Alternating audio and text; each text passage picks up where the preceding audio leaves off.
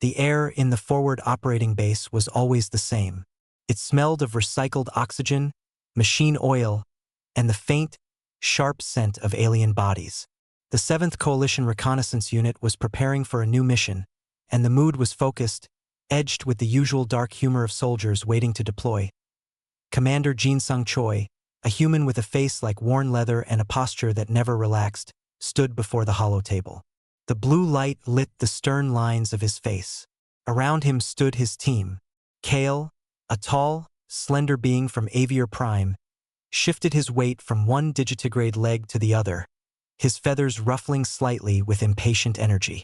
Vor, a hulking reptilian from the Draxon system, stood like a statue of green scales and muscle, his tail tapping a slow rhythm on the metal deck. Rax, another Draxon but smaller and quicker, his eyes darting, was already checking his gear.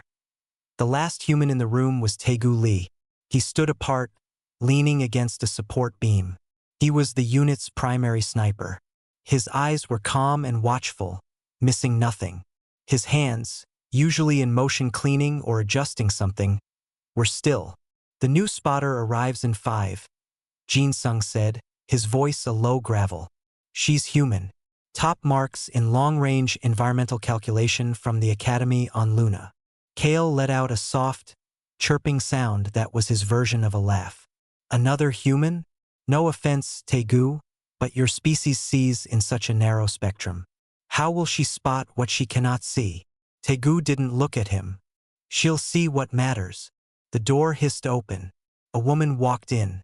She was of average height for a human, with dark hair tied back in a simple, severe knot. Her name was Hannah Park. She carried her kit with an efficient, unstrained motion. But it was her breathing that was immediately noticeable. In the tense, expectant air of the ready room, where breaths were held or came in quick bursts, Hannah's breathing was a slow, deep tide. A steady 5-second inhale through her nose, a pause, then a long, silent exhale. It was purposeful. It was unnervingly slow. She stopped before Jin-Sung and offered a perfect, formal nod. "Spotter Hannah Park, reporting for duty, sir." Jin-Sung gave a short nod back. "Welcome to the 7th Park. This is your team. Briefing starts now." As Jin-Sung pulled up the mission schematics, a rebel stronghold on the terraformed moon LV-187, the team gathered closer. Hannah took a position at the edge. Rax watched her, his forked tongue flicking out. "Wind patterns on LV-187 are the primary tactical hurdle," Jin-Sung explained, highlighting swirling, violent data streams over the canyon maps. "The atmosphere is thin, but the geothermal activity in the region creates wind tunnels.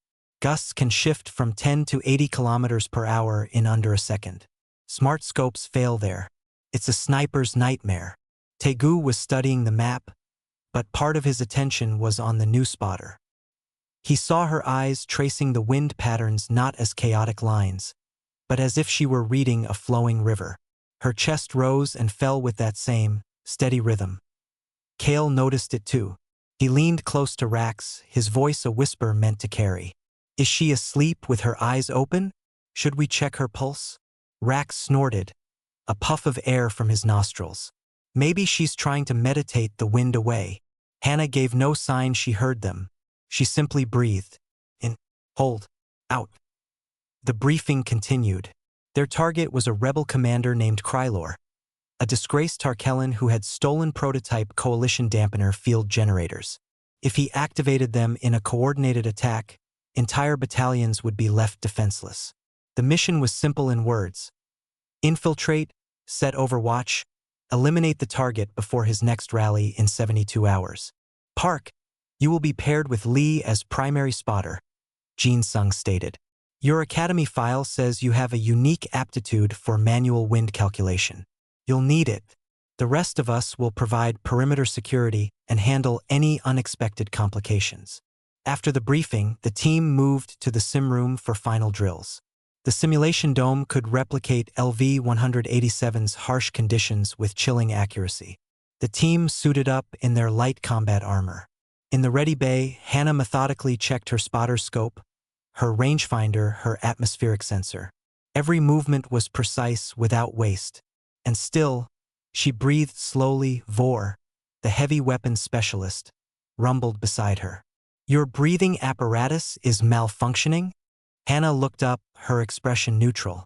No. It is functioning optimally. Then why do you sound like a deep-sea creature? Rax asked, joining in. We need fast reactions here, not slow breathing. It is how I breathe, Hannah said simply, returning to her equipment. The drills began. Inside the dome, the world became a pale red canyon under a black sky. The wind was instantly a living force, howling and shoving at them. Dust and small rocks whipped through the air. Targets, holographic rebels, popped up at extreme ranges. Kale and Rax moved through the course with agile speed, firing rapidly, adjusting between gusts. They were good. Their technology-assisted helmets calculated and suggested aim corrections, which they followed. Tegu and Hannah took position on a simulated rocky outcrop. Tegu settled behind his rifle. Hannah lay beside him, her spotter scoped to her eye. A target appeared 1,200 meters away, partially obscured by a dust devil. Tegu fired quickly. The shot missed, the wind data on his display a jumble of conflicting numbers. He adjusted, fired twice more. One hit a glancing blow. Through it all, Hannah did not give him a single correction. She observed. Her breathing, visible on the bio readout on Tegu's peripheral display, was a flat, steady line amidst the chaos of the wind data and his own spiking heart rate. She finally spoke, her voice calm in his ear. The wind is not random. It has a pattern. 3 long gusts, then a short lull. The lull is 1.2 seconds long. It repeats every 9 seconds. Tegu was a professional. He listened. He waited. He watched the pattern. On the next lull, he fired. The target dropped. But the exercise wasn't over. The course reset. This time, the wind patterns changed, becoming more violent. Hannah's method showed its perceived weakness. She took time. She needed to observe the new pattern. While she was in her observation phase, breathing slowly, Rax and Kale engaged closer targets, their speed praised by the simulation scoring system. After the drill, the scores flashed. Kale and Rax had high kill counts. Tegu's accuracy was improved after Hannah's input, but the initial delay was noted. Hannah's individual score was average, marked down for slow target acquisition response. In the locker room after, the mockery was no longer a whisper. Maybe you should breathe faster, Park, Kale said, preening a feather back into place. The wind won't wait for you to finish a nap. Rax laughed. Next time, just ping the data from your helmet computer like everyone else. Don't think so hard. Hannah did not argue. She simply stored her gear, her movements still measured. She looked at them, her dark eyes calm. The computer was wrong 7 times in that last drill sequence. You missed 8 shots because of it. The locker room went quiet for a second. Then Rax scowled. And you would have missed the whole fight if a target was shooting back. Speed is life out there. Hannah just nodded, as if accepting a simple fact, and left the room. Tegu watched her go. He had said nothing the entire time. He looked down at his own hands, thinking about the flat, steady line of her breath on his display amidst the storm of data. He had never seen a vital sign so unbothered by the simroom's chaos. It wasn't the sign of someone slow. It was the sign of someone deeply, utterly focused on a single thing, excluding all else. Commander Jinsung found him later. What's your read on the new spotter, Lee? Tegu took a moment before answering. She's different. The others think she's slow. And you? I think, Tegu said slowly, she is listening to the wind, and the rest of us are just shouting at it. Jinsung grunted. Let's hope she's a good listener. We ship out in 12 hours. Our lives will depend on it. The transport ship was a rattling, uncomfortable metal box. It shook as it pushed through the thin atmosphere of LV-187. The team was strapped into their seats, their gear locked down. The only light came from a few red emergency strips on the wall. It painted their faces in shadows of crimson and black. Hannah Park sat perfectly upright in her harness. Her eyes were closed. Her hands rested on her knees, palms up. Her breathing was that same slow, steady rhythm. In the 5-second inhale, 10-second hold, 8-second exhale. Over and over. It was a soft, whispery sound underneath the roar of the ship's engines. Across from her, Rax watched with open disdain. His own breathing was quick and shallow, a series of rapid hisses that matched his agitated state. The Draxan species had fast metabolisms. They lived at a high speed. To them, Hannah looked like a statue. A useless, slow statue. You know, Rax said, his voice cutting through the engine noise. On my world, prey breathes like that, right before the end. It is the breath of something that has given up. Hannah did not open her eyes. She simply completed her exhale and began another inhale. Kale, seated next to Rax, adjusted the fit of his flight helmet. His sharp eyes studied Hannah. Perhaps it is a human prayer ritual. Are you praying, Park? Praying the wind will be kind. Vor, the large reptilian, turned his heavy head. Let her be. If quiet breathing is her flaw, it is a harmless one. Until it gets us killed because she's too busy counting her breaths to call out an enemy position. Rax shot back. Tegu Lee, sitting beside Hannah, kept his own counsel. He was checking the charge on his rifle's power cell for the third time. Habitual, coming action. He heard every word. He also heard Hannah's breathing. He found himself unconsciously trying to match his own breath to hers. He failed. His was quicker, shaped by years of adrenaline and instant decisions. The ship jolted violently. A warning light flashed. Turbulence. The pilot's voice crackled. We're hitting the upper edge of the canyon winds. Brace for drop. The shaking got worse. The metal of the ship groaned. Kale gripped his seat, his feathers flattening. Rax muttered a curse in his own language. Vor closed his eyes, becoming a mountain of scale and muscle. Hannah's eyes opened. They were calm and clear. She looked straight ahead, not in fear, but in focus.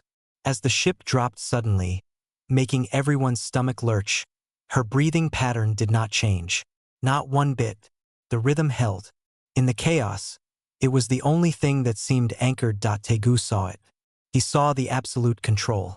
It wasn't indifference. It was the opposite. It was such intense management of the self that the outside chaos could not interfere. He had heard of such things, old disciplines from Earth, but he had never seen it in the field, not like this. The ship leveled out. The rear ramp began to open with a hydraulic scream. Cold, thin air whipped into the cabin, carrying fine, abrasive dust.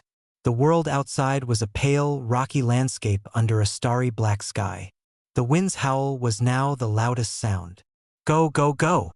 Jin Sung Choi's voice was firm over the comms. The team unstrapped and moved. They ran down the ramp into the alien night. The transport ship did not land. It hovered just long enough for them to jump clear. Then its engines glowed blue and it shot back up into the darkness, leaving them alone. They were in a narrow canyon. High walls of reddish stone rose on both sides. The wind did not blow in one direction here. It funneled, twisted, and collided. It would be calm for a moment, then a fist of air would slam into them from the side. Kicking up a cloud of dust, Jin Sung pointed to a path leading up the southern canyon wall. Overwatch position is there. Lee Park, take point. Find us a nest. Kale, scout ahead on that ridge. For Rax, watch our backs. Move silent. The climb was difficult. The rock was loose, and the wind fought them every step. Hannah climbed with methodical care. She placed each hand and foot with certainty. She did not rush. When a gust hit, she would stop, plant herself, and wait for it to pass. Then she would move again. Rax and Kale, using their natural agility, scrambled ahead. They reached a small ledge quickly and looked back, watching the others climb. By the stars, she moves like her bones are made of stone. Rax complained over the private channel to Kale. She is steady, Kale observed. She has not slipped once. Steady is slow. Slow is dead. They reached the top of the canyon wall after an hour. It opened onto a wide, rocky plateau. The rebel compound was visible in the distance, nestled in the next canyon over. It was a collection of prefab buildings and dugout caves, lit by harsh orange lights. The wind here was even stronger, a constant roaring river of air. Tegu immediately started looking for a firing position. He needed a spot with a clear line of sight, but also some cover from the wind and from enemy eyes. Hannah moved beside him, her spotter scope already in her hand. She did not look at the compound first. She looked at the ground. She watched the dust. She watched how it moved across the rocks. She looked at the sparse, tough grass that grew in cracks, seeing how it bent. She found a place. It was a natural depression behind a large, flat rock. It was not perfect, but it would do. She pointed to it and looked at Tegu. He nodded. They began to set up. The rest of the team spread out in a protective circle around them. Jin Sung set up a small surveillance post. Vor positioned himself behind a boulder, his heavy rifle pointed towards the only approach. Kale was perched on a higher rock, a lookout. Rax was restless, moving between positions. As Tegu assembled his long rifle, attaching the bipod and the magazine, Hannah lay down in the dirt. She wriggled into a comfortable position behind her spotting scope. She did not look at the target yet. She closed her eyes for a full minute. She just breathed, the slow, deep breaths, listening to the wind roar past her ears, feeling it buffet her body. Rax crawled over to Jin Sung. "Sir, permission to speak freely." "Go ahead," Jin Sung said, his eyes on his scanner. "It's the spotter. Sir, her pace is a liability. We need sharp eyes, not a meditation guide. I request to take over spotting duties. My visual acuity is 40% better than a human's." Jin Sung looked away from his scanner. He looked at Hannah's still form, then at Tegu, who was calmly watching his partner. "Your file also says your threat reaction is impulsive." "Rax, sniping is not about impulse. It's about patience. Unnatural patience. She has it. You don't. Hold your position." Rax scowled but crawled away. Night deepened. The temperature dropped sharply. The team huddled in their insulated suits. Hours passed with no movement from the compound. The wind never stopped. It was a maddening, constant force. Then Hannah moved. She shifted her scope a fraction. Her breathing, which had been a soft background rhythm, changed. It became even slower. The inhale stretched longer. The pause grew. Tegu noticed instantly. "What is it?" "Patrol," Hannah whispered, her voice barely audible over the wind. "Two individuals. Eastern edge of the compound, moving to the north wall. They are on a set path. Their timing is regular." She had seen what the motion sensors had missed, picking out the slow walk of sentries against the swirling dust. She began to whisper information, distance, direction, but then she added something else. "Wind is shifting. The pattern is changing. It is no longer from the west. It is now coming from the north-northwest in a spiral. It will affect sound travel. Our comms may become unreliable." Jin Sung heard this on the open channel. "How do you know that, Park?" "I can feel it, sir," she said simply. "The pressure on my left ear is different than on my right, and the dust is no longer moving straight. It is curling." A moment later, Jin Sung's sophisticated weather sensor, which had been lagging, updated with a new reading. It confirmed the wind had shifted to north-northwest. There was a silence on the comms. Tegu allowed himself a small, thin smile in the darkness. He looked at Hannah, a dark shape against the darker rock. She was still breathing, slow and deep, like the very heart of the moon itself was beating in her chest. She was not just listening to the wind. She was learning its language. And for the first time, Tegu felt a flicker of hope for this cursed mission. The night was long and cold. The wind was a living thing that stole warmth and filled ears with its endless scream. The team took turns watching and trying to rest. Hannah did not sleep. She lay in her position, her eye to the spotter scope for hours at a time. When she was not on watch, she sat with her back against the rock, eyes closed, still breathing in that slow, deep rhythm. It was as if she was storing calmness inside herself. Rax could not understand it. "She is like a machine in low-power mode," he muttered to Kale during their watch. It is not natural. Kale was watching the stars, his head tilted. Her heartbeat, he said. I can hear it on the biomonitor channel. It is as steady as a drum, slower than yours or mine. In the chaos, her body is quiet. There is a strength in that. Strength? It is stillness. In a fight, stillness is death. As the first pale light of LV-187 sun began to bleed into the black sky, the compound below came to life. Figures emerged from the prefab buildings. Vehicles, rough-looking buggies with large wheels, kicked up dust as they moved between the caves. The target had not yet appeared. Jin Sung called a quiet briefing. The team gathered close in the lee of the big rock, out of the worst of the wind. The rally is at midday, Jin Sung said, his voice low. Intel suggests the target, Krylor, will give a speech to his followers right there, in the central square. He pointed to an open area between the main buildings. It's an 800-meter shot, Lee, but it's exposed. The wind will be your only real enemy. Taegu nodded, his eyes fixed on the square. Understood. Park. Jin Sung continued. This is it. Your job is to make the wind visible.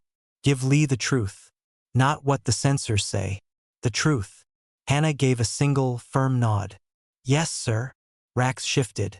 Sir, the wind patterns are worse in daylight. The thermal heating creates more chaos.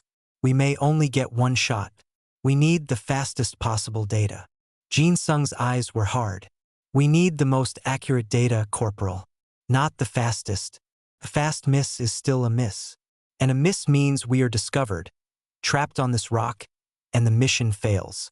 He looked at each of them. Get to your positions. Final checks. The team moved back. The next few hours were a test of patience. The sun rose, harsh and white. The temperature swung from freezing to a dry, baking heat. The wind, true to Rax's word, became even more unpredictable. It would gust fiercely, then drop to nothing, then swirl back from a different direction. Taegu lay behind his rifle, a massive, sleek thing of polished metal and smart scopes. He ran through his preparations. He adjusted the stock against his shoulder. He checked the chamber. He watched the wind readouts on his scope's display. The numbers flickered and jumped wildly, unable to settle. Beside him, Hannah was a statue of concentration.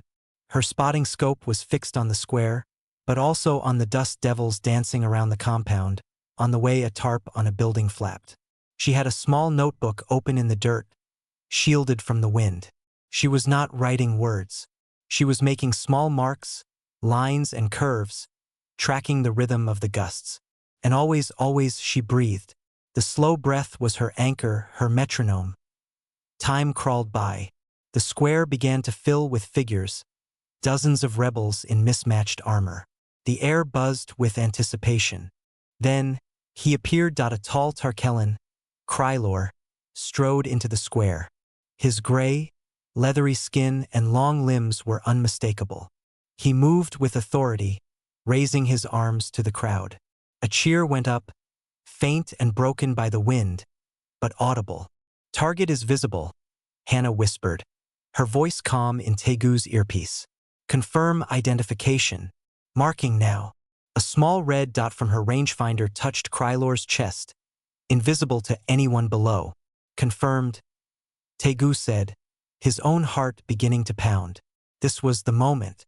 He settled in. His finger rested lightly on the trigger guard. He looked at his wind readout.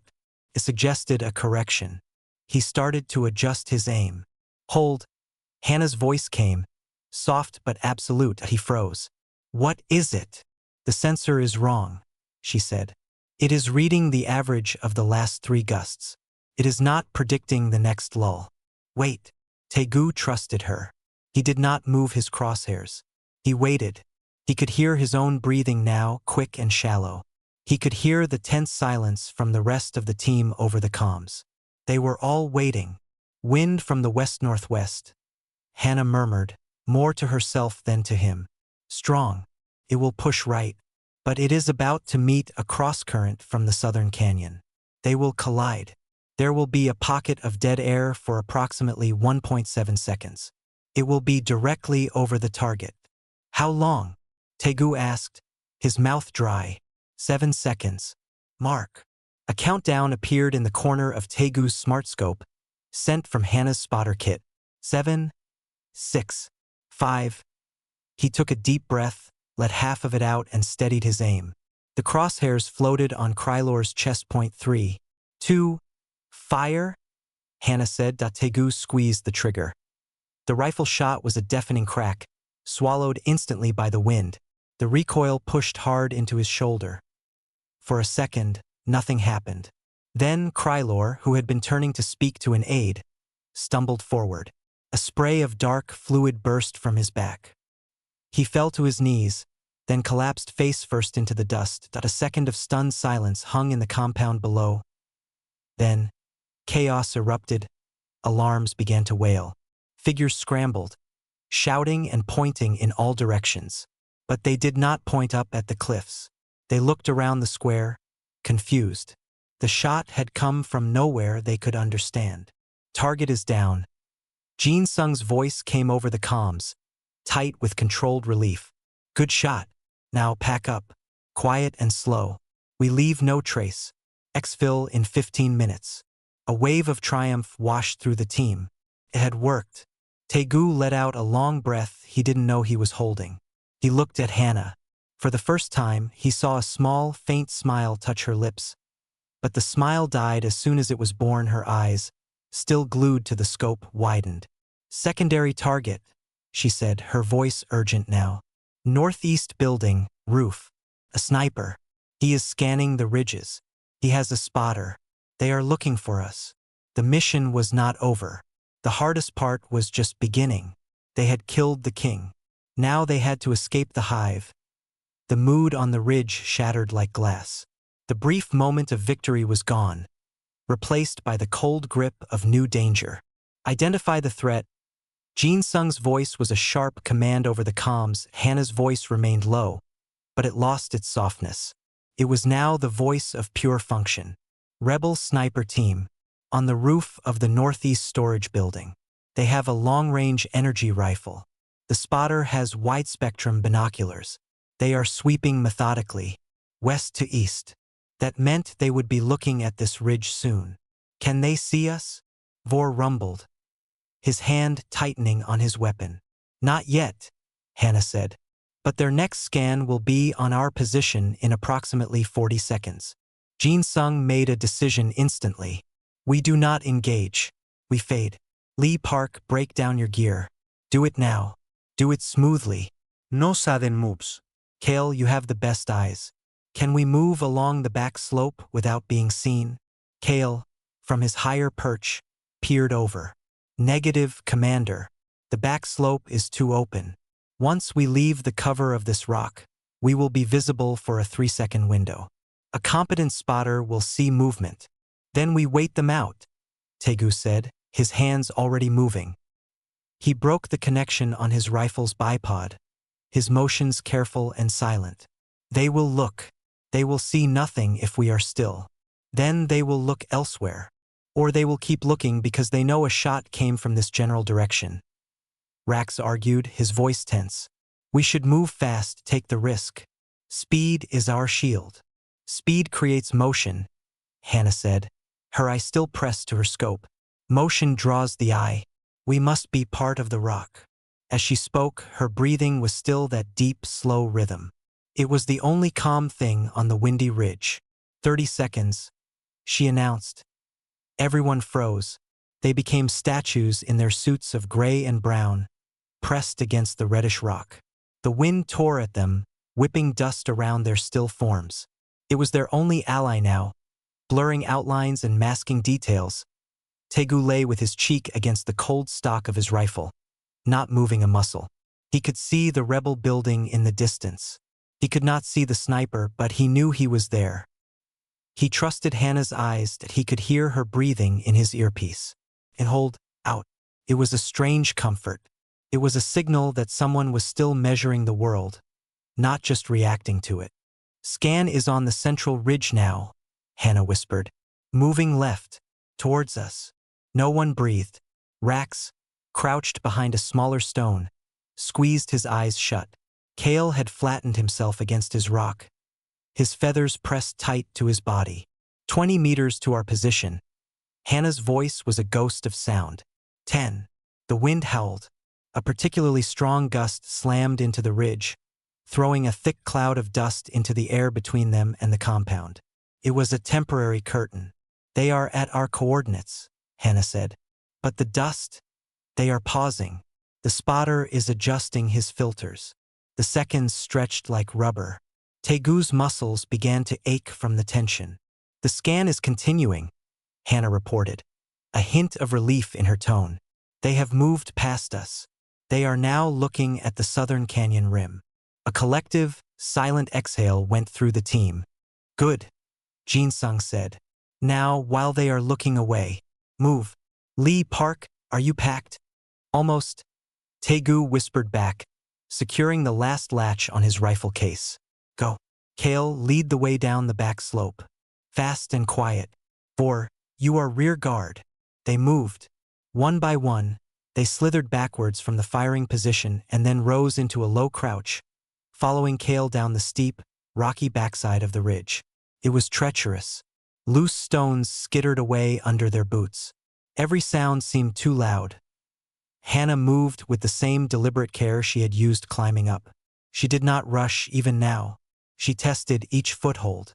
She controlled her descent. Rax, ahead of her, moved with quick, jerky motions, desperate to get off the exposed slope.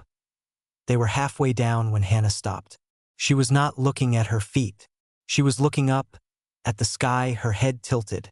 Tegu, behind her, almost bumped into her. What is it?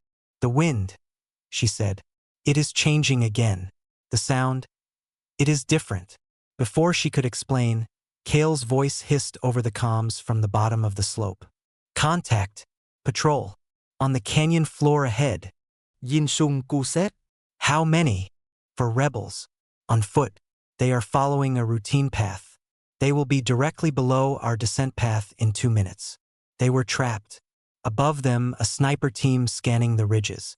Below them, a patrol about to walk into them. They were on an open slope with nowhere to hide. Options? Jin-sung demanded. We can take the patrol quietly, Rax suggested, his hand on his knife. 4 of them. We are 5. It is quick. And if one of them gets a shot off, or screams, Jin-sung shot back. The entire canyon will know where we are. The sniper will have our exact location. We cannot go back up, Vor stated. The sniper will see us for sure. Then we stay here and hope they do not look up. Rax's voice was edged with panic. Hannah was still looking at the sky. Then she looked at the cliff face beside them. It was not smooth. It was cracked and weathered. The wind, she said again louder. It is now coming straight down the canyon, from behind us. It is a constant, strong push. So? Rax snapped. So, Hannah said, turning to Jin-sung, her eyes clear. They will not hear us. The wind is in our favor. It is carrying all sound away from them, down the canyon. And they will not look up. They are walking against this wind. They will have their heads down, eyes on the ground, fighting to move forward. She was right. The gusting, chaotic wind had suddenly aligned into a powerful, steady stream that roared down the narrow canyon. Pushing directly against the approaching patrol, Jin-sung assessed the situation.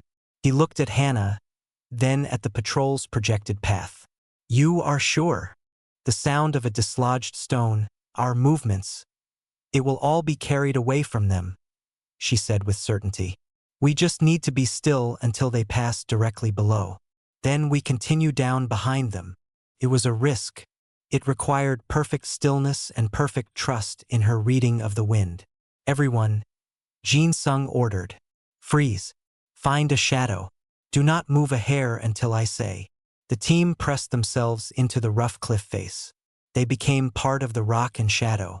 The wind, now a constant, deafening roar, pushed at their backs. Below, the 4 rebels came into view. They were indeed struggling against the wind, their heads lowered, their shoulders hunched. One was holding a hat onto his head. They were not scanning the cliffs. They were watching their own feet on the rocky path. The patrol passed directly underneath the frozen team. Gravel trickled down from where Rax was perched. He held his breath. The rebels did not look up. The wind stole the sound and hurled it away behind them. The patrol moved on, disappearing around a bend in the canyon. "Move now," Jin Sung said. "Quickly, before the wind shifts again." They scrambled down the rest of the slope, reaching the canyon floor. They were in the shadows now, out of the sniper's direct line of sight. Safe. For a moment, Jin Sung looked at Hannah as they caught their breath. He gave her a single, firm nod. It was not praise. It was acknowledgement. Her strange, slow understanding of the wind had just saved their lives. But the exfil point was still 5 kilometers away, through hostile territory. And the entire rebel base was now awake, angry, and hunting for them. The mission to kill was over. The mission to survive had just begun. The canyon floor was a world of deep shadows and sudden, blinding strips of sunlight. The team moved in silence, their boots crunching softly on the loose stone. The wind, now channeled through the narrow passage, was a constant roar in their ears. It was no longer an enemy to fight against, but a blanket of noise that hid their movements. They used it, keeping it at their backs as they moved away from the rebel compound. Jin Sung led, his movements sharp and efficient. Taegu was right behind him, his rifle case slung across his back, his eyes scanning the high walls for any movement. Hannah followed, her head on a swivel, but her expression was focused inward as much as outward. She was listening, feeling the push of the air, the way it eddied around corners. Kale was their ghost, scrambling up onto small ledges to peer ahead, then dropping back down to report. Vor was a solid, reassuring presence at the rear, his heavy weapon cradled in his arms. Rax was in the middle, twitchy, his hand never leaving the grip of his rifle. They had covered nearly 2 kilometers without incident. The tension began to ease, just a fraction. The plan was to reach a dry riverbed that would provide cover all the way to the exfil canyon, where a small, fast extraction ship would be waiting. They rounded a sharp bend in the canyon. The walls opened up slightly, revealing a wider area littered with large, house-sized boulders that had fallen from the cliffs long ago. It was a natural maze. Jin Sung held up a clenched fist. The team stopped instantly, melting into the shadows of the nearest rocks. He pointed 2 fingers at his eyes, then forward. Kale nodded and slipped ahead, disappearing between 2 giant stones. The rest waited, the wind their only companion. A minute passed. Then Kale's voice crackled over the comms, strained. "Contact. Ambush. They are waiting at the entrance to the riverbed. 6, maybe 7. They have the high ground on the rocks. They know this is the only way out." A cold dread settled over the group. They were being hunted by people who knew the land. "Can we go around?" Jin Sung asked. "Negative. The canyon walls are sheer here. No climb. And going back is not an option." They were cornered. The rebels had predicted their escape route and set a trap. The team was pinned down in the boulder field, with skilled hunters waiting for them to walk into a kill zone. Rax slammed a fist against his thigh. "We have to fight. We break through them. Into a prepared position." Vorumblitt. "That is a fast death. We cannot stay here," Jin Sung said, his mind racing. "They will send more from the compound to flank us. We are in a box." Taegu was looking at the high canyon walls, his sniper's mind calculating angles. "If I can get up there," he whispered, pointing to a narrow ledge about halfway up the southern wall, "I can give them something else to think about. Pick off 1 or 2, create confusion. Then you can rush their position." "It is a good climb," Kale said, his voice returning as he slid back to the group. "But exposed. If they see you—" "I will be slow," Taegu said. "And careful. You will be a target," Rax said, but there was no heat in it now. It was just a fact. "I can do it," Taegu insisted. A quiet voice spoke up. It was Hannah. She had been silent, her eyes closed, her breathing deep and slow. She opened her eyes now. They were clear and certain. No, she said. You should not climb. I have another idea. All eyes turned to her. In the shadow of the boulder, her face was pale but calm. The wind, she said. It is our weapon. It is not just noise. It is a river, and they are sitting in it. Jin Sung Frauen. Explain. She pointed up not at the cliffs but at the air itself. The wind is steady here. It comes from behind us, from the direction of their compound. It blows straight down this canyon, through these boulders, and into their faces at the riverbed entrance. We know this, Rax said, impatient. Smoke, Hannah said simply. We have emergency smoke grenades. Standard issue, white phosphorus. We throw them not at the enemy, but here in front of us. The wind will carry the smoke right into their position. It will be thick. It will blind their scopes, their eyes. It will fill the riverbed entrance. A slow understanding dawned on Jin Sung's face. And in the confusion, we do not rush them, Hannah continued. We go over them. She pointed to the canyon walls on either side of the riverbed entrance. They were not sheer like the ones behind them. They were rough, climbable slopes. The smoke will cover our climb. We go up and over the high ground they are holding. We come down behind them or just bypass them completely. They will be staring into a white wall, waiting for an attack that never comes from the front. The plan was unorthodox. It was risky. It relied entirely on the wind staying true. The wind will not shift, Tegu asked, looking at Hannah. She closed her eyes for a moment, breathing in deeply through her nose, turning her head slightly. She was tasting the air, feeling its pressure. No, she said finally. It is locked in this channel. It will not change for at least 20 minutes. It is being pulled by the low-pressure zone in the next valley. It is stable. There was a long silence. They were out of good options. This was the only one that offered surprise and misdirection. Do it, Jin Sung said. Vor Rax, you have the grenades. On my mark, throw them into the open area 20 meters ahead. Let the wind do the work. Then we move for the east slope. Kale, find us the best path up. Lee, you are our rear guard. Park, you stay with me. They moved into new positions. Vor and Rax pulled the small, cylindrical smoke grenades from their packs. They pulled the pins. Now, Jin Sung said. The grenades flew in low arcs, landing on the rocky ground. For a second, nothing happened. Then, with a sharp hiss, thick, billowing clouds of brilliant white smoke erupted from them. The wind, like a faithful servant, immediately caught the smoke. It pulled it, stretched it, and sent it racing down the canyon in a rolling, opaque wave within seconds. The view toward the riverbed was gone, replaced by a churning white fog.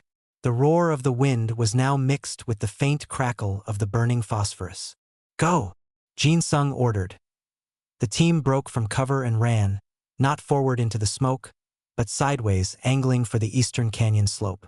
They scrambled up the rough, broken rock. Below and ahead of them, they could hear confused shouts, muffled by the wind and the smoke. A few wild energy bolts sizzled out of the white cloud, firing blindly at where they thought the attack would come from. The team climbed. It was hard, breathless work. Hannah climbed beside Jin Sung, her movements steady. She did not look back at the smoke. She trusted it. She had read the river of air, and she had used its current. They reached the top of the slope, looking down into the narrow riverbed from above. The rebels were below, vague shapes in the thinning edges of the smoke cloud, facing the wrong way, weapons aimed at empty canyon. Jin Sung signaled. The team did not engage. They turned and, staying low, moved along the rim of the canyon, leaving the confused ambush team behind. They had walked right over the trap. As they put distance between themselves and the riverbed, Rax looked over at Hannah. He didn't speak, but the mockery was gone from his eyes. In its place was a hard, new respect. She had not fired a shot. She had not climbed a cliff. She had used the air itself as a tool, and it had saved them all. But the exfil point was still 3 kilometers away, and the wind, Hannah's ally, began to falter, dropping to a whisper. In the sudden quiet, The sound of distant buggy engines echoed through the stone corridors. The hunt was not over. The hunters had just lost their scent, and they were angry. The sudden silence was more frightening than the wind's roar. The air went still and heavy. The sound of their own breathing, their boots on rock, was suddenly loud in their ears. And cutting through that new quiet were the distant, growling sounds of engines. The rebels were mobile now. They were coming. The team moved faster but with more care. Every shadow, every rock, could hide a new threat. The exfil point was a narrow slot canyon 2 kilometers ahead. If they could reach it, the extraction ship could drop in, scoop them up, and be gone in less than a minute. But the open ground between here and there was a death sentence if the buggies found them. Jin Sung pushed them hard. They jogged where they could, scrambled over obstacles, and ducked into cover whenever the engine sounds grew too close. The tension was a wire pulled tight in everyone's chest. Hannah ran with the rest, but her focus was split. She was listening, not just for engines, but for the feel of the air on her skin. The world was not silent to her. It was whispering. The lack of wind was a message in itself. They reached the edge of a wide, flat plain of hard-packed dirt and loose shale. It was the last open stretch before the safety of the slot canyon. It was about 500 meters across. A killing field. As they crouched at the edge, peering out, the engine sounds multiplied. From the north, 2 buggies appeared, kicking up dust. From the south, another one. They were not driving in straight lines. They were sweeping, searching. "We are pinned," Vor stated, his voice flat. "They will see us the moment we step onto that plane. We have to go now," Rack said, his body coiled. "While they are far apart, we run for it. It is our only chance." Taegu shook his head. "At that range, on open ground, even their handheld blasters could cut us down. It is suicide." "Then what?" Rack snapped, turning to Jin Sung. "We sit here until they close the net?" Jin Sung's face was grim. He was calculating odds, and they were bad. He looked at the terrain, at the buggies, at his team. They were out of tricks. Hannah was staring at the sky. The pale sun was high now, beating down on the plain. She looked at the ground, seeing the heat waves shimmer. And then she closed her eyes and took one of her deep, slow breaths. This time, everyone noticed. In the tense silence, the sound of her deliberate inhale was unmistakable. Kale looked at her. Rax stared, his frustration boiling over. "Not this again," he hissed, keeping his voice low but sharp. "We do not have time for your breathing. We need to move or fight." Hannah opened her eyes. She looked not at Rax, but at Jin Sung. "We wait," she said, her voice calm. "Wait for what?" Jin Sung asked, his patience thin. "For the wind," she said. "It is coming back." "How do you know?" Taegu asked, his eyes searching her face. She pointed to the far western end of the plain. "See the dust there?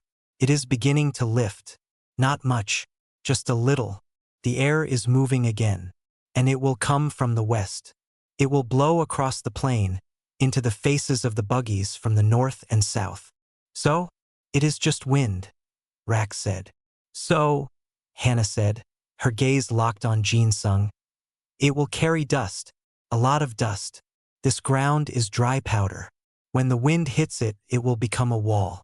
A brown wall. It will blind them. It will hide us. It is our cover. But we must wait for it to build." The buggies were getting closer, their sweeping patterns tightening. "How long?" Jin Sung demanded. Hannah watched the western horizon. A faint haze was now visible. 3 minutes. Maybe 4. "We do not have 3 minutes," Rax argued, pointing. The nearest buggy was now only a kilometer away, turning toward their general position.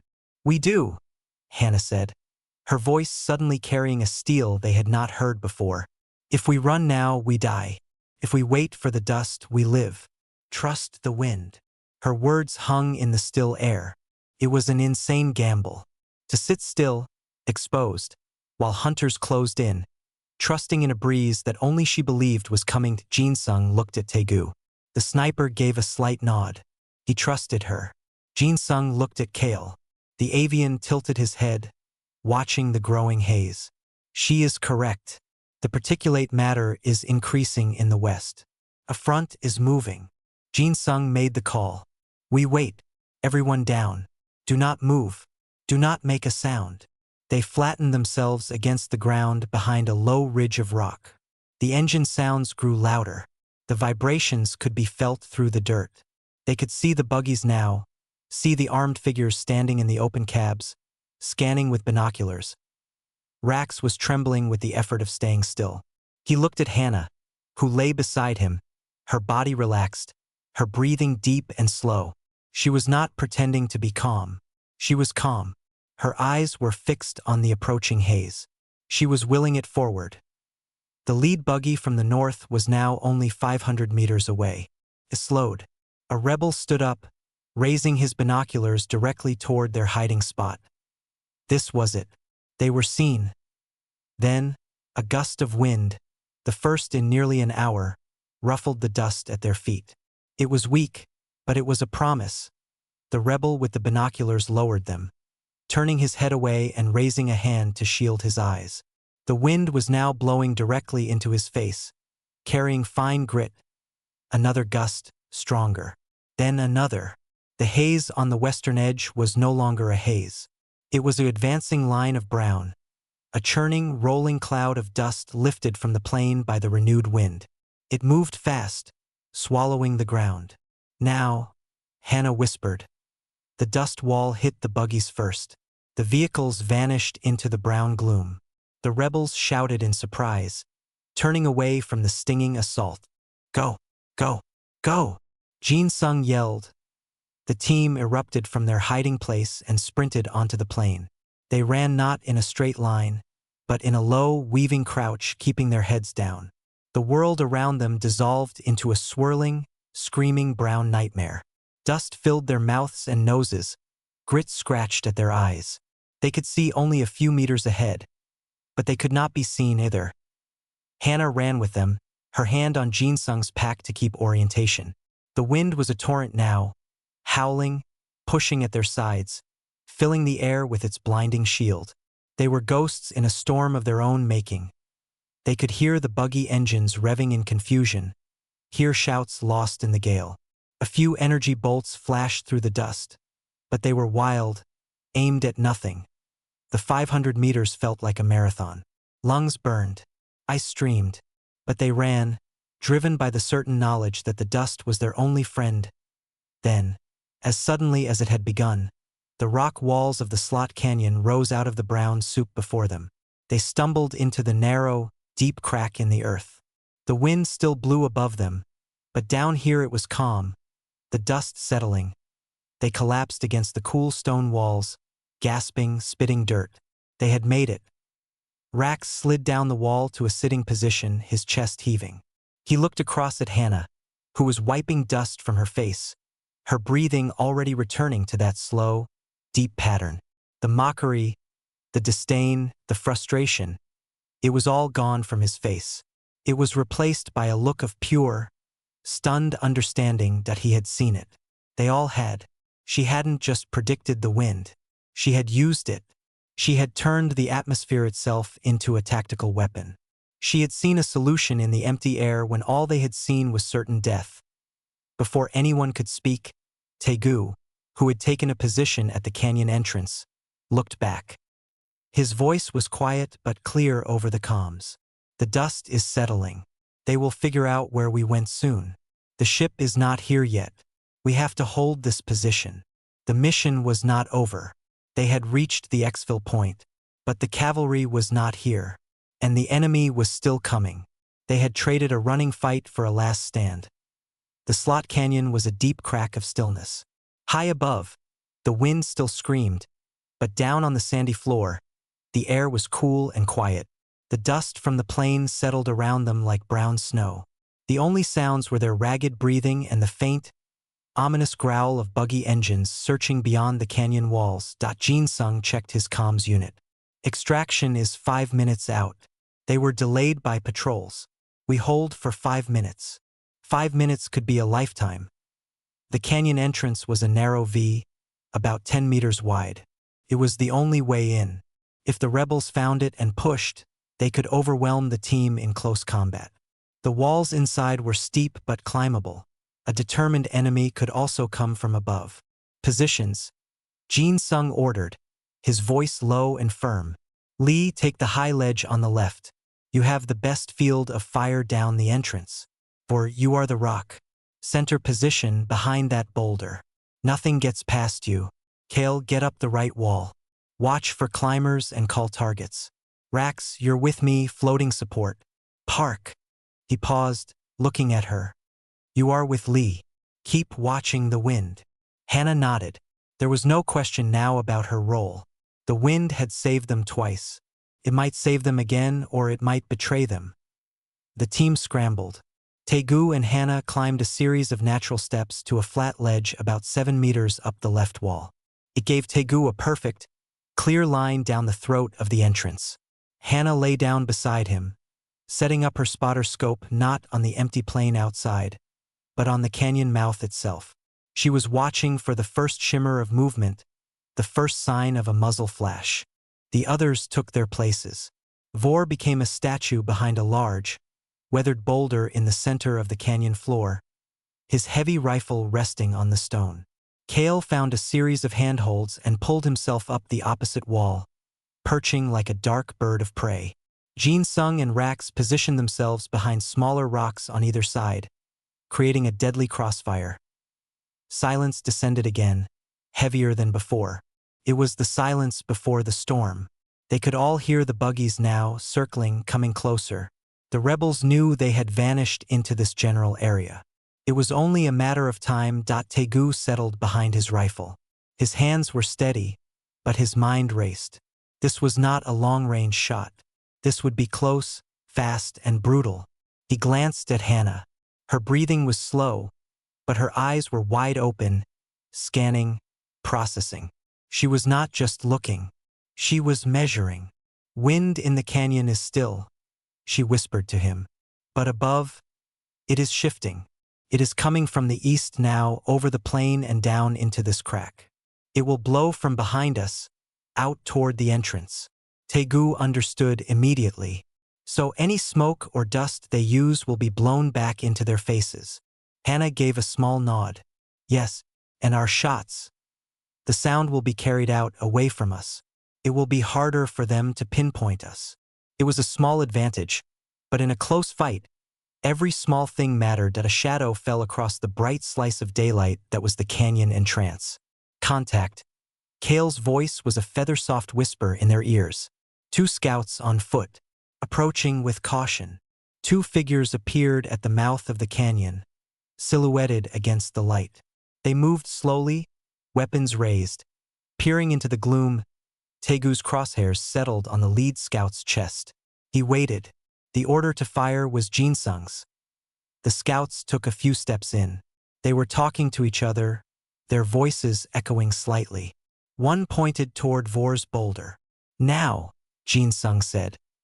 The crack of Taegu's rifle was thunderous in the confined space. The first scout dropped. Almost simultaneously, a precise 3-round burst from Rax's position took the second scout in the neck and shoulder. He fell without a sound. For 2 heartbeats, there was silence again. Then, chaos erupted from outside. Angry shouts, the roar of a buggy engine revving.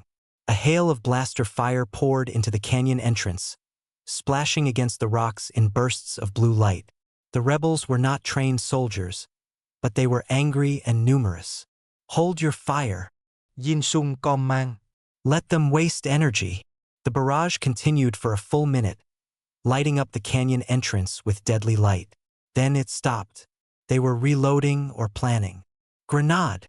Kale shouted. A small, dark object arced through the entrance, bouncing on the sandy floor. It was a fragmentation grenade. Down!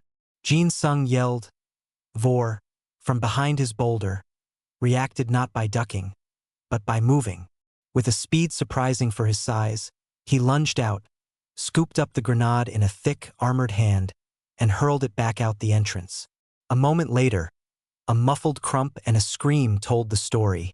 Good throw, Rax muttered, a hint of admiration in his voice, but the attack had revealed their positions. The rebels now knew roughly where they were. "They will rush us," Tegu said, his voice calm. "Next time." He was right. A loud cry went up from outside. Then, a wave of rebels, maybe 8 or 9, surged into the canyon entrance, firing wildly as they came. They used the covering fire of their friends outside to push forward. "Fire!" Jin Sung roared. The canyon exploded with noise and light. Tegu's rifle spoke again and again, each shot a deliberate punch. One rebel fell, then another. Vor's heavy rifle boomed, its higher caliber rounds tearing through armor. Kale picked off a rebel trying to climb the right wall. Rax and Jin Sung added their precise, sharp fire. But there were too many. 2 rebels made it past the hail of fire, diving for cover behind rocks near Vor's position. One was badly wounded. The other was not. He rose, aiming his rifle directly at Vor's exposed back. "Four, down." Tegu shouted, but he couldn't get a clear shot. A single, sharp crack echoed, different from the other weapons. It was the sound of a standard-issue human sidearm. The rebel with the rifle staggered, a neat hole in the side of his helmet. He collapsed. Tegu looked to his left. Hannah was beside him, her spotting scope forgotten. In her hands was a small, smoking pistol. Her face was pale, but her hands were steady. She had seen the threat, drawn her weapon, and fired. 1 shot, 1 kill. Her breathing, for the first time, hitched, a quick, sharp inhale, then settled back into its deep, slow rhythm. The remaining rebels faltered, their rush broken. They dragged their wounded back out of the entrance, leaving 4 bodies on the sand. A temporary quiet returned, filled with the smell of ozone and blood. The team checked in. Everyone was alive. Vor had a burn graze on his arm. Kale had taken a chip of rock to his cheek. But they were whole. 2 minutes, Jin Sung said, his voice tight. "The ship is on final approach. They are going to throw everything at us to stop it." Hannah was looking up, not at the entrance, but at the strip of sky above the canyon. Her eyes narrowed. "The wind," she said. "It is changing again. It is dropping. It is swirling, coming back in." As she said it, a gentle breeze drifted into the canyon from the entrance, bringing with it the scent of dust and burnt metal. It was a bad shift. Now any smoke would come in on them. The sound of their movements would travel out less. And then they heard a new sound. A sharp, mechanical chunk from outside. "Oh no!" Rax breathed out. A small wheeled drone, about the size of a dog, rolled into view at the entrance. On its top was a mounted, rotating blaster. A remote turret. It swiveled, its red targeting laser painting the walls, seeking heat. They were no longer fighting rebels. They were fighting a machine, and it was blocking the only way out. The red targeting laser swept across the canyon walls like a malevolent eye. The drone's blaster began to spin with a high-pitched whine. It was a killing machine with no fear, no hesitation. "Take it out!" Jin Sung yelled. Gunfire erupted from the team. Blaster bolts and solid rounds sparked against the drone's armored casing. It rocked back but didn't stop. The turret swiveled and returned fire. A stream of blue energy stitched across the wall near Kale's perch, forcing him to duck. Another burst slammed into Vor's boulder, chipping away stone. They were pinned. The drone sat in the entrance, an impassable metal gate. Behind it, they could hear rebels shouting, preparing to rush in behind its cover. The extraction ship was 1 minute out, but it couldn't land if the entrance was a kill zone. Tegu fired 2 quick shots. Both ricocheted off the drone's sloped front plate. "Its armor is too thick. I need a weak spot." Hannah was beside him, her spotting scope useless against the machine. But she wasn't looking at the drone. She was looking at the thin trickle of dust falling from the canyon rim high above the entrance. The gentle, incoming breeze was stirring it. "The joints?" Kale called out, firing a useless shot. "Where the turret meets the body." Rax tried, but the angle was bad. The drone seemed to know its vulnerability. It kept its front facing the biggest threats, Vor and the high ledge. We are out of time, Vor rumbled. As another barrage forced him lower behind his rock, Jin-sung was calculating a desperate charge. It would be suicide, but it was all he had. Then Hannah spoke. Her voice was not loud, but it cut through the noise. Taegeu. The wind. He glanced at her, confused. The wind was a gentle breeze in their faces now. It was a problem, not a solution. The dust, she insisted, pointing up. The breeze is coming down. It is lifting the fine dust from the canyon rim. Aim for the dust cloud, just above the drone. Understanding flashed in Taegu's eyes. Not at the machine, at what the machine sat in. The drone sensors, its visual, its thermal, its targeting, would be filtering out ambient data like dust to focus on heat and movement. But a high-velocity round, passing through a concentrated cloud of fine particles.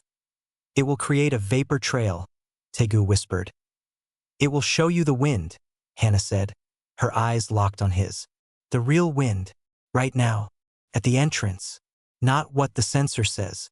The truth. You can see the bullets drift. You can correct for it.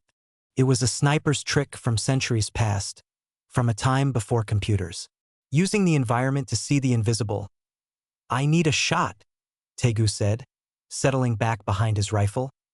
Cover him, Jin-sung ordered. The team laid down a furious barrage not to damage the drone, but to distract it. Blaster fire filled the air, drawing the turret's attention toward Vor and Rax. Taegu ignored the drone's body.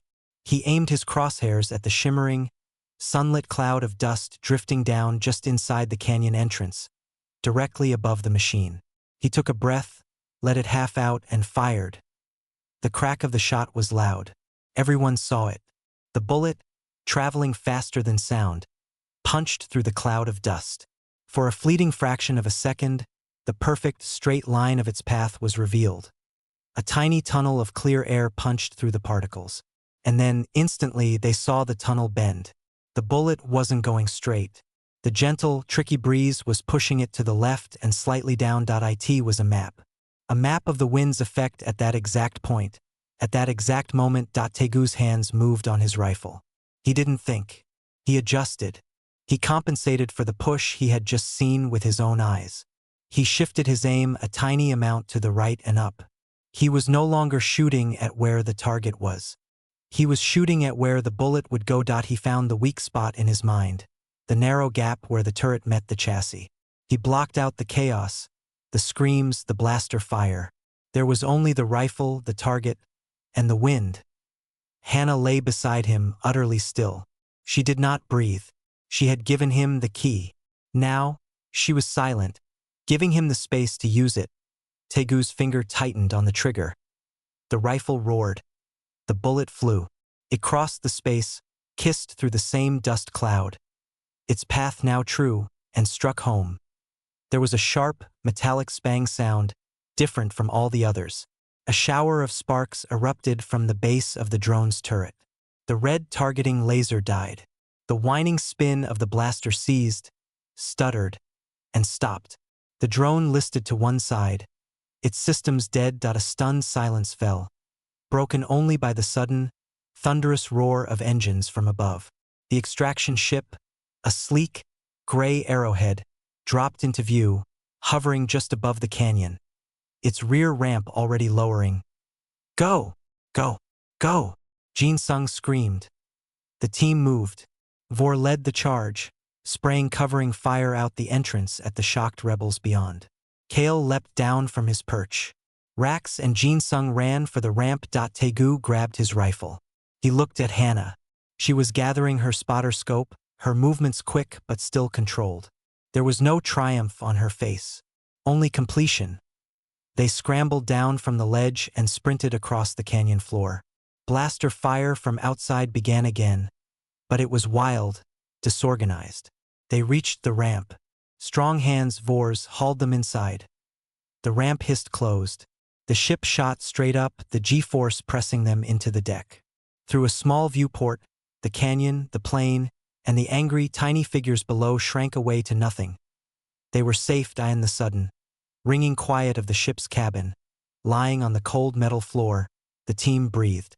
Really breathed. The adrenaline began to fade, leaving behind exhaustion and the deep ache of wounds. Rax sat up, clutching his knee. He looked across the cabin at Hannah, who was checking the seal on her pack. He cleared his throat. "Park," he said. His voice was rough. "On the ridge, you said the computer was wrong. In the sim, you were right." He paused, struggling with the words. "Out there, you were not slow. You were seeing a different fight." Hannah looked at him. She nodded once, not in forgiveness but in acknowledgement. "We see what we are trained to see." Jin Sung leaned back against the bulkhead, closing his eyes. "The mission was a success. The target is dead. The data is secured." He opened his eyes and looked at Hannah, then at Taegu. "Because two humans remembered something the rest of us forgot. That the oldest weapon and the oldest tool is not in our hands. It is all around us." Kale was preening a scorched feather, his sharp eyes thoughtful. "You breathe with the world," he said to Hannah. "You listen to it. My people prize speed, but we only hear our own wings. You heard the wind's voice." Hannah did not smile, but a little of the tightness left her shoulders. "My grandfather," she said quietly, for the first time offering a piece of herself. "He was a fisherman, in a small boat on a big, wild sea. He said the water and the air were the same. They had currents. He taught me to breathe with the current, to feel its pace, to not fight it but to use it, to find the stillness within the storm." Taegu listened, assembling his rifle for storage. He finally understood. Her breathing was not a preparation. It was a connection, a tuning of her own body to the rhythm of the environment. When the wind was chaotic, her breath was a steady anchor. When the wind was steady, her breath matched it. Letting her feel its slightest change, the ship broke atmosphere, heading for the distant coalition carrier. The blackness of space was calm and silent. Vor reached into a compartment and pulled out a small medkit. He tossed a bandage to Hannah. "For your hand," he rumbled. The pistol shot had given her a slight burn from the energy discharge. She caught it. "Thank you."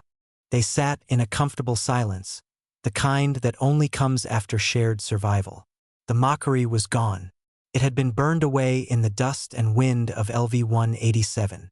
In its place was something new, a respect, forged not in ease, but in the understanding of a unique and formidable strength. Hannah Park looked out the viewport at the stars, her breathing slow and deep, in and out, a quiet, steady rhythm against the infinite silence.